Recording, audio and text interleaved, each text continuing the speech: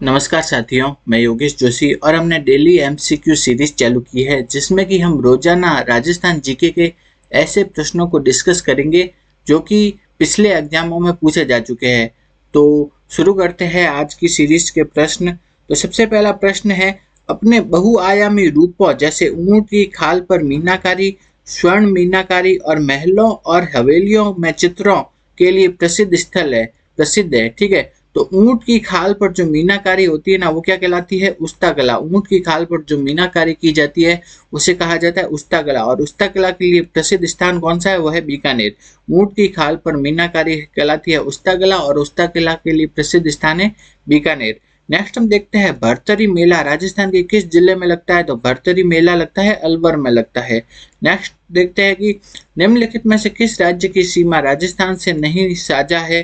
ठीक है। तो पंजाब की सीमा राजस्थान से लगती है, हरियाणा की लगती है, यूपी की भी लगती है, लेकिन जो दिल्ली है उसकी सीमा राजस्थान से नहीं लगती। तो इसमें पूछा गया है नहीं किसकी लगती है, तो आंसर हो जाएगा दिल्ली।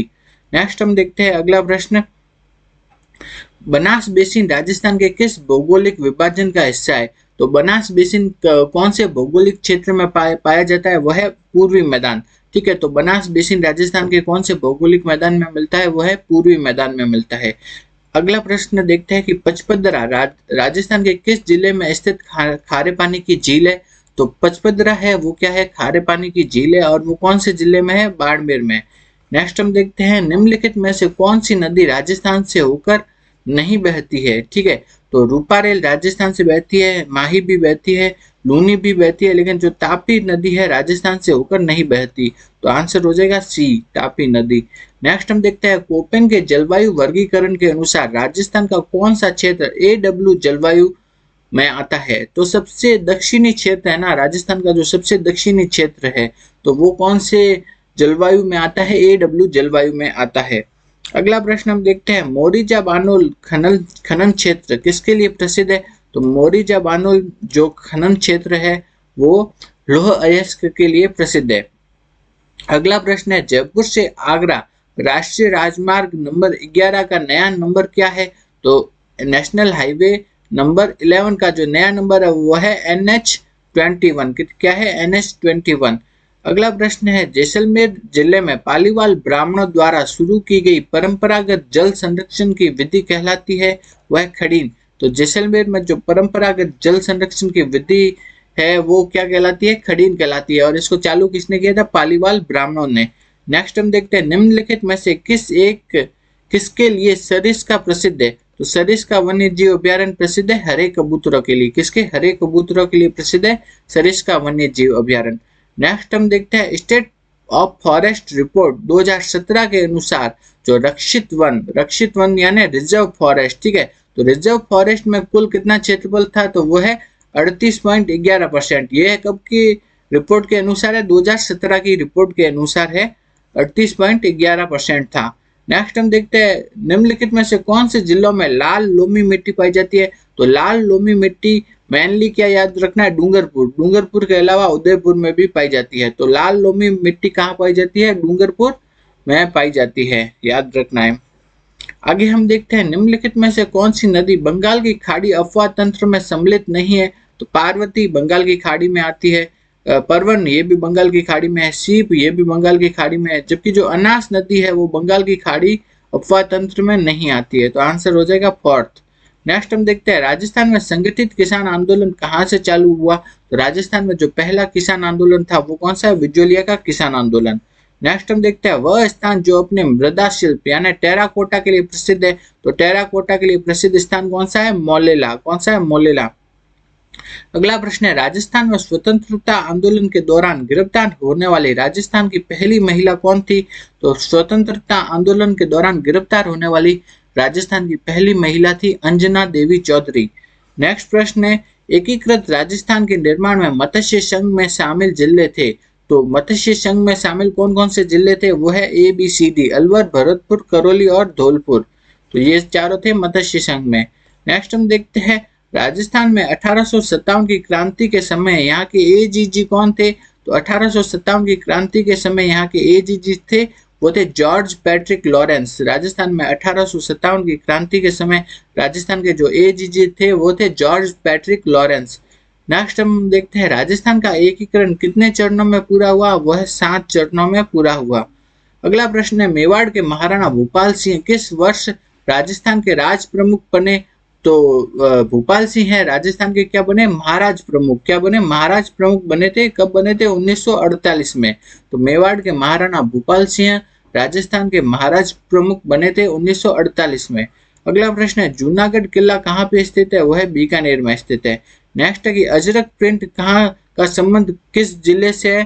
तो अजरक प्रिंट कहाँ की है, बाड़मेर की। ये वाला क्वेश्चन बोनस हो गया था, बाड़मेर और बालोतरा दोनों दिया था, तो ये क्या हो गया था, बोनस हो गया था। नेक्स्ट हम देखते हैं निम्न प्रसिद्ध गजल गायकों में से कौन राजस्थान से संबंधित है। तो राजस्थान से संबंधित गजल गायक कौन से है, वह जगजीत सिंह। कौन से है, जगजीत सिंह।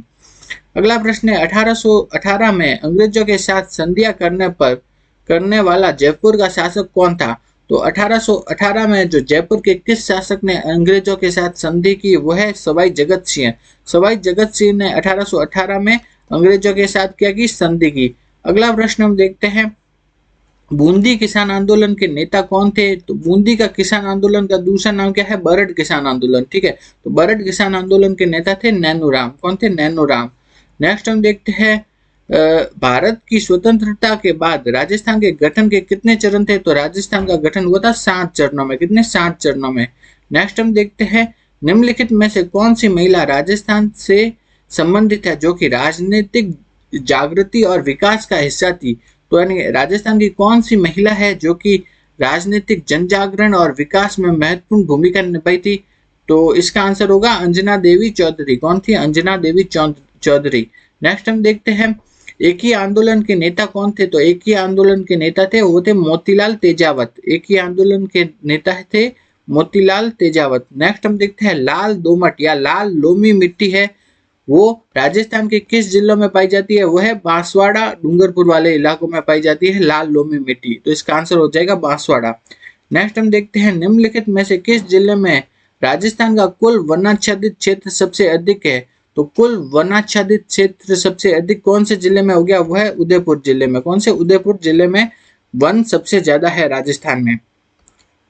नेक्स्ट हम देखते हैं निम्नलिखित में से कौन सा अभ्यारण्य करौली जिले में स्थित है। तो करौली जिले में स्थित वन्य जीव अभ्यारण्य है केला देवी वन्य जीव अभ्यारण्य। अगला प्रश्न है खालिस्तान सफारी पार्क जयपुर में एक विशाल और सुंदर सफारी पार्क है जो तेंदुओं के लिए लोकप्रिय है। तेंदुआ यानी लेपर्ड। तो लेपर्ड रिजर्व कौन से है राजस्थान में, जयपुर में, वह है जालाना लेपर्ड रिजर्व। कौन सा है, जालाना लेपर्ड रिजर्व। और दूसरा कौन सा है, वो है आमागढ़। दोनों है, तो इसमें ऑप्शन में क्या है, जालाना। तो आंसर हो जाएगा जालाना लेपर्ड रिजर्व। नेक्स्ट हम देखते हैं निम्नलिखित में से राजस्थान का राजकीय पुष्प कौन सा है। तो राजस्थान का राजकीय पुष्प है रोहिड़ा। अगला प्रश्न है राजस्थान सरकार ने जयपुर, उदयपुर और जोधपुर के वायु गुणवत्ता सूचकांक के बारे में जानकारी साझा करने के लिए मोबाइल एप्लीकेशन खालिस्तान लॉन्च किया है। तो वो कौन सा मोबाइल ऐप लॉन्च किया है, वो है राजवायु। तो राजस्थान सरकार ने जो वायु की गुणवत्ता है उसको पता लगाने के लिए कौन सा ऐप लॉन्च किया है, वह है राजवायु ऐप लॉन्च किया है। नेक्स्ट हम देखते हैं निम्नलिखित में से राजस्थान में मरुस्थलीकरण का कारण नहीं है, नहीं पूछा है। ठीक है, नहीं है। तो अधिक जुताई से मरुस्थलीकरण होता है, अधिक चराई से भी होता है मरुस्थलीकरण, अधिक जनसंख्या से भी मरुस्थलीकरण होता है, लेकिन जैविक खेती करने से कोई मरुस्थलीकरण नहीं होता। तो इसका आंसर हो जाएगा डी। अगला प्रश्न हम देखते हैं लोक देवता गोगा जी की समाधि गोगामेड़ी राजस्थान के किस जिले में स्थित है। तो गोगामेड़ी कहाँ है, नोहर हनुमानगढ़ में। कहाँ, नोहर हनुमानगढ़। नेक्स्ट हम देखते हैं झालावाड़ शैली की राजपूत पेंटिंग किस राजपूत पेंटिंग स्कूल का हिस्सा थी। तो झालावाड़ शैली किस में आती है, हाड़ौती शैली में। तो हाड़ौती शैली का हिस्सा थी। अगला प्रश्न हम देखते हैं मेवाड़ क्षेत्र में प्रसिद्ध गैर लोक नृत्य के अवसर पर किया जाता है। तो गैर जो लोक नृत्य है कहाँ किया जाता है, मेवाड़ में किया जाता है। और किस अवसर पर किया जाता है, वो किया जाता है होली पर। तो गैर जो लोक नृत्य है वो कहाँ किया जाता है, मेवाड़ में किया जाता है। और कब किया जाता है, होली के अवसर पर किया जाता है।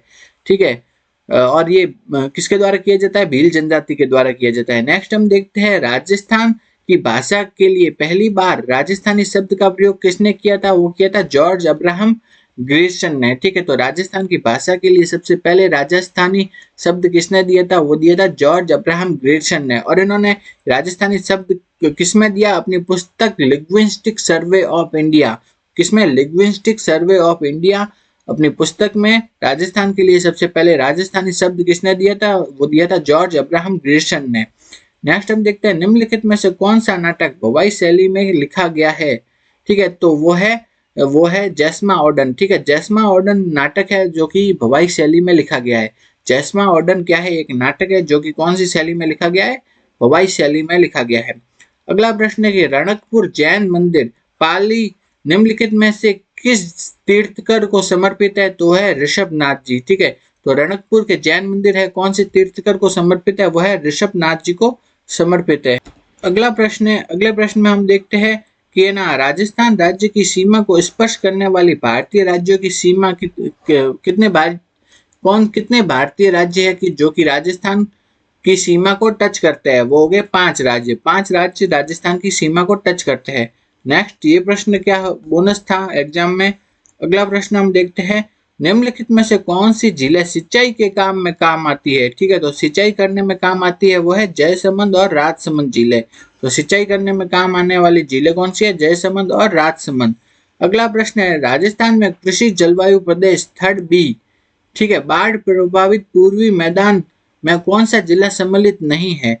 तो कृषि जलवायु प्रदेश 3B उसका नाम क्या है? दूसरा वह बाढ़ प्रभावित पूर्वी मैदान। तो बाढ़ प्रभावित पूर्वी मैदान में कौन आता है? अलवर, भरतपुर, धौलपुर, करौली, ये वाले जिले आते हैं। तो इसमें सम्मिलित नहीं है पूछा गया है, तो हो गया टोंक। टोंक हो गया इसका आंसर। नेक्स्ट हम देखते हैं इंडिया इको डेवलपमेंट कार्यक्रम कौन से राष्ट्रीय उद्यान या वन्य जीव अभ्यारण्य में क्रियान्वित किया गया था? इंडिया इको डेवलपमेंट कार्यक्रम है जो किया गया था वो है रणथंभौर राष्ट्रीय उद्यान में किया गया था। अगला प्रश्न है शुष्क सागवान वन राजस्थान के कौन से जिले में पाए जाते हैं? वो है बांसवाड़ा जिले में। तो शुष्क सागवान वन कहाँ मिलते हैं? राजस्थान में मिलते हैं, बांसवाड़ा जिले में मिलते हैं। अगला प्रश्न है बैराट सभ्यता कहाँ है? जयपुर के पास। वहाँ क्या है? भीम जी की डूंगरी तथा भीम जी की डूंगरी के तल पर 2 खालिस्तान शिलालेख, बैराट शिलालेख और लघु शिलालेख की खोज हुई है। तो वो किसको बताते हैं? वो बताते हैं अशोक। ठीक है, तो बैराट सभ्यता से क्या मिला है? भाब्रू शिलालेख मिला है। क्या मिला था? भाब्रू शिलालेख मिला है जो कि क्या बताता है? सम्राट अशोक के बौद्ध अनुयायी होने को बताता है। और वो कहाँ से मिला है? वो मिला है कौन सी सभ्यता से? बैराट सभ्यता से मिला है। तो ये याद रखना है। नेक्स्ट हम देखते हैं लूनी घाटी डीडवाना बूढ़ा पुष्कर के आसपास स्थित एक महत्वपूर्ण स्थल है। यह निम्नलिखित में से किस युग से संबंधित है? तो लूनी घाटी है ना, वो कौन से युग से संबंधित है? वो है मध्य पुरा पाषाण काल। ठीक है, मध्य पुरा पाषाण काल से संबंधित है लूनी घाटी जो कि डीडवाना में स्थित है। वो कौन सी सभ्यता से, कौन से काल से संबंधित है? मध्य पुरा पाषाण काल से। नेक्स्ट हम देखते हैं निम्नलिखित में से कौन सिसोदिया वंश के पूर्वज बने थे?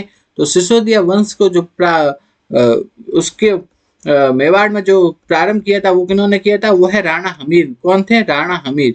तो अगला प्रश्न हम देखते हैं दिवेर की लड़ाई किनके बीच में लड़ी गई थी? वो है महाराणा प्रताप तथा अकबर के बीच में लड़ी गई थी दिवेर की लड़ाई।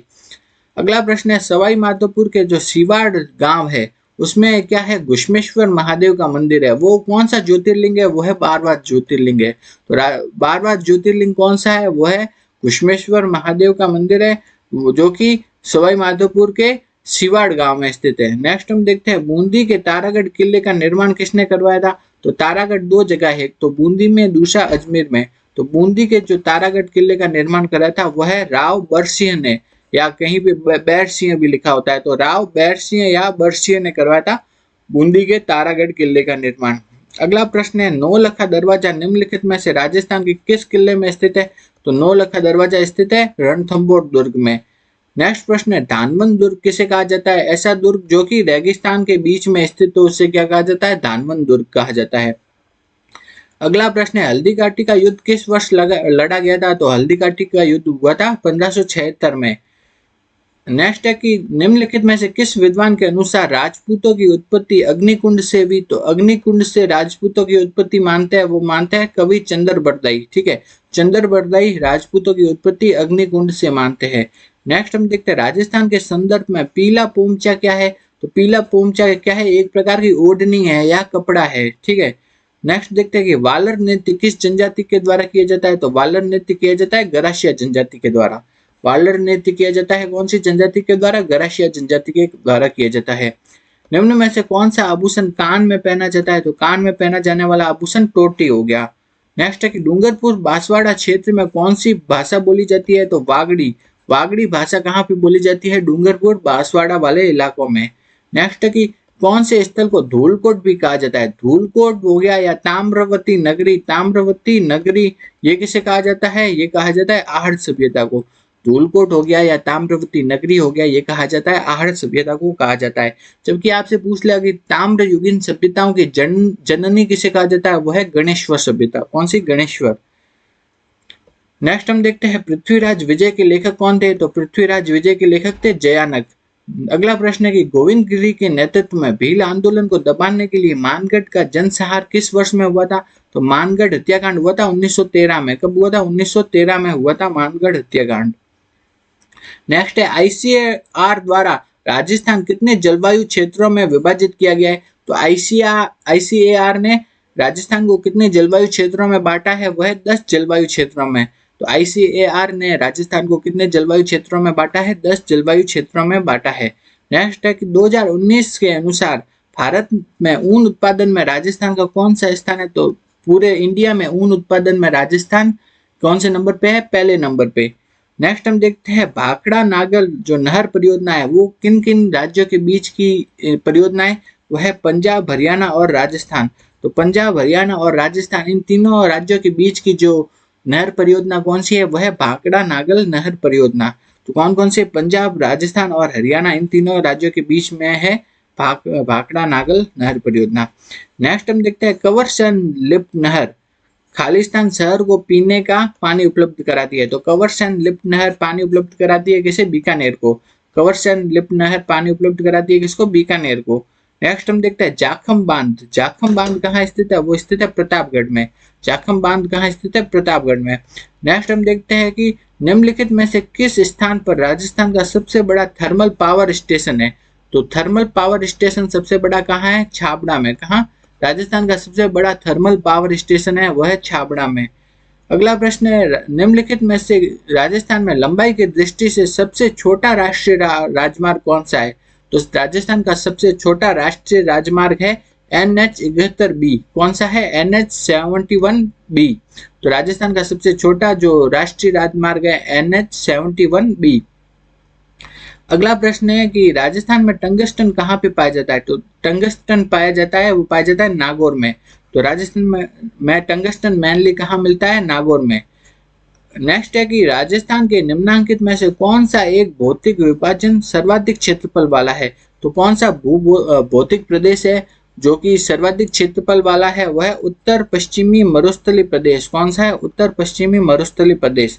नेक्स्ट हम देखते हैं राजस्थान में कौन से जिले में उड़िया का पठार स्थित है? तो उड़िया का पठार स्थित है सिरोही में। कहाँ? सिरोही में स्थित है उड़िया का पठार।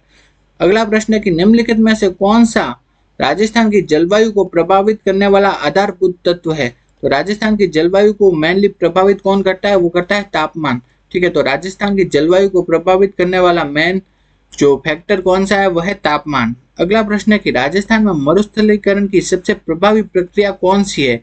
तो मरुस्थलीकरण की सबसे प्रभावी प्रक्रिया है पवन अपरदन। ठीक है, पवनों के द्वारा जो मिट्टी एक स्थान से दूसरे स्थान पर ले जाती है उसके कारण ही क्या हो जाता है? मरुस्थलीकरण होता है।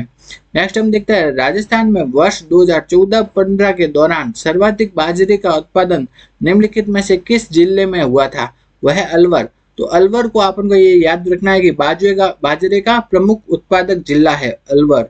ठीक है, तो बाजरे का प्रमुख उत्पादक जिला कौन सा है? वह है अलवर। अगला प्रश्न है निम्नलिखित में से कौन सी भेड़ की प्रजाति भारतीय मेरिनो के नाम से जानी जाती है? वह है चोकला। कौन सी? चोकला है वो भारतीय मेरिनो के नाम से जानी जाती है। तो नेक्स्ट है कि निम्नलिखित में से प्रतापगढ़ जिले में कौन सी बहुउद्देशीय परियोजना स्थित है? तो जाखम परियोजना कहाँ स्थित है? प्रतापगढ़ में। अगर आपको हमारा ये वीडियो अच्छा लगा तो वीडियो को लाइक करो, ज़्यादा से ज़्यादा शेयर करो और डेली एमसीक्यू की प्रैक्टिस के लिए हमारे वीडियो देखते रहे। Thank you.